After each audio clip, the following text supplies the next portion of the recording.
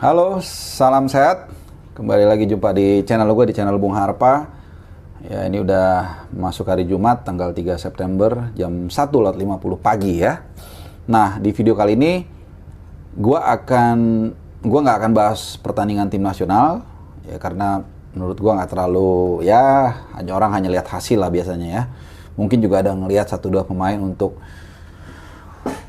Fantasy League, tapi gue akan meroundup ya isu-isu ataupun kabar terbaru dari sepak bola, khususnya dari Eropa ya. Nah, yang pertama kita akan ke Bangdo ya, CR7. Nah, apalagi nih, gue nggak akan bahas panjang karena memang mungkin udah agak sedikit over limit ya, bahas soal Ronaldo seperti juga ketika Messi ke PSG. Jadi lu udah tahu semua, dia 2 gol dia atau brace dia ke gawang Irlandia ini membawa dia sebagai top scorer sepanjang masa di timnas melewati Halidae. Ya, kemudian juga berbagai rekor lah banyak ya. Rekor yang dipecahkan sama dia. Cuman menariknya adalah ketika merayakan gol-gol tersebut dia buka kaos yang kedua ya. Dia buka kaos, kemudian dia dapat kartu kuning. Nah, akhirnya dia nggak bisa main nih lawan Qatar hari Sabtu ini dan juga lawan Azerbaijan Selasa nanti ya. Dia nggak bisa, artinya suspensi atau apa,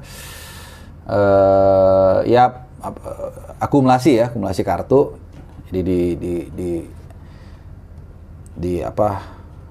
di excluded dari tim nasional Portugal. Nah, ini yang menarik kaitannya dengan kedatangan dia di Manchester United. Artinya dia bisa langsung terbang ke Manchester United untuk ya mulai latihan lah, klimatisasi, mungkin juga strategi dengan Ole dan sebagainya. Jadi dia udah siap. Mungkin gua rasa ini juga blessing in disguise buat lu yang main Fantasy League atau buat lu fans MU yang gak sabar. Ya bukan hanya fans MU mungkin ya, gua rasa juga seluruh pecinta sepak bola di dunia juga pengen melihat nih aksi dari Cristiano Ronaldo ya. Gue benerin dikit mic-nya.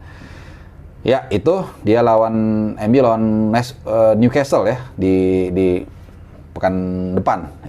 Itu dari Portugal, dari Ronaldo. Kemudian ini ada Granit Xhaka ya, ini pemain yang ya nggak ngerti lah gue bilangnya apa. Kemarin kena kartu merah di Arsenal. Kemudian dia juga nggak bisa main ya kemarin ketika Swiss mengalahkan Yunani 2-1 di friendly, dia karena kena COVID ya. Walaupun atlet biasanya sebentar ya, hanya intinya dia hanya ada virus COVID di tubuhnya, tapi ya nggak ada efek apa-apa karena memang atlet ini sehat-sehat semua. Nah itu. Kemudian ada lagi berita Sergio Aurier ini kontraknya habis dan ada kemungkinan dia akan bergabung dengan Arsenal ya. Jadi kalau nggak salah, jadi statusnya bebas transfer, jadi masih bisa bergabung dengan Arsenal. Kalau masih punya klub lain, udah nggak bisa karena udah lewat deadline. Nah ini memang wajar karena kanannya Spurs ini numpuk ya, bek kanannya ada Kwadi ya, terus ada Emerson Royal yang baru dibeli, dan juga ada Yape Tanganga. Yape Tanganga ini lagi bagus-bagusnya mainnya, 3 pertandingan clean sheet ini juga gara-garanya dia salah satunya yang kontributif ya. Jadi kita akan lihat apakah Aurier akan ke Arsenal, karena Arsenal juga ya gue nggak tahu ya Tomiyasu ini gimana nanti. Yang jelas backup itu kan hanya Cedric Suarez dan Chambers, which is hancur banget ya 2 pemain itu. Jadi kita lihat aja apakah dia akan gabung. Kemudian di pertandingan dari international break gue cuma mau ngasih tahu Inggris akan melakukan seperti biasa berlutut ya untuk kampanye mereka untuk kick out of racism ya, dan pelatih Hungari ini lawannya di kualifikasi Piala Dunia Marco Rossi juga akan melakukan hal yang sama ya. Jadi respect untuk mereka ya, walaupun juga rasis ya, mungkin sampai kiamat nggak akan pernah habis. Kemudian ada dari BBC, ini final Euro 2020 kemarin Italia lawan Inggris ini ditonton lebih dari 300 juta pasang mata ya. Dan sayang sekali, ya mungkin nggak sayang juga sih, karena memang Italia memang lebih pantas menurut gue untuk memenangkan Piala Euro kemarin ya. Jadi 300 juta lebih pasang mata ini luar biasa. Dan secara akumulasi total pertandingan yang ada selama Euro kemarin itu ditonton lebih dari 5,2 miliar ya akumulasi pasang mata ya.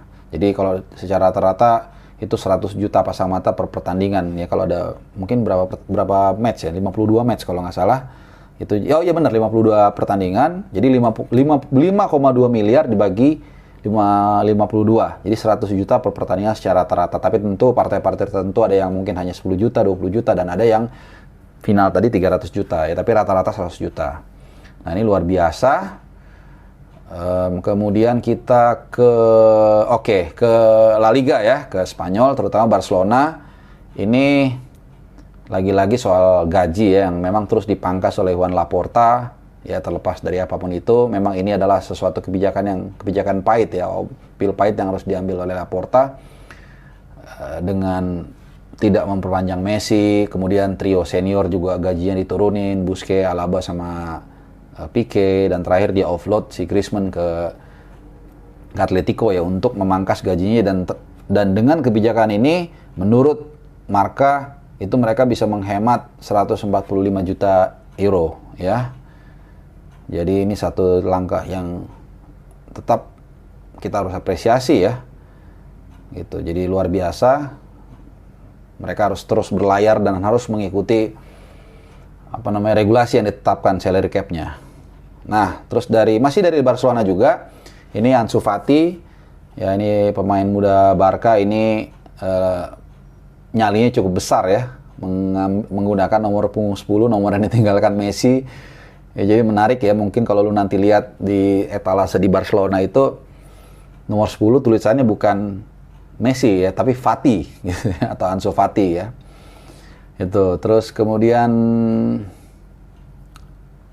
kita akan ini Lucas Torreira ya, setelah musim lalu dia dipinjamkan ke Atletico Madrid ya, kembali dipinjamkan, kali ini dipinjamkan tapi ke Fiorentina. Jadi mengatakan I hope to entertain the Viola fans ya, can't wait ya, standar lah omongannya ya, nggak sabar untuk segera menghibur fans La Viola, bukan La Viola yang di Indomilk Stadium ya, Persita, tapi La Violanya Fiorentina.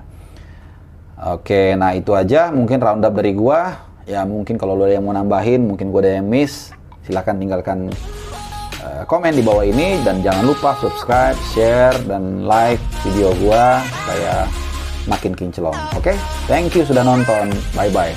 Ciao, salam sehat ya.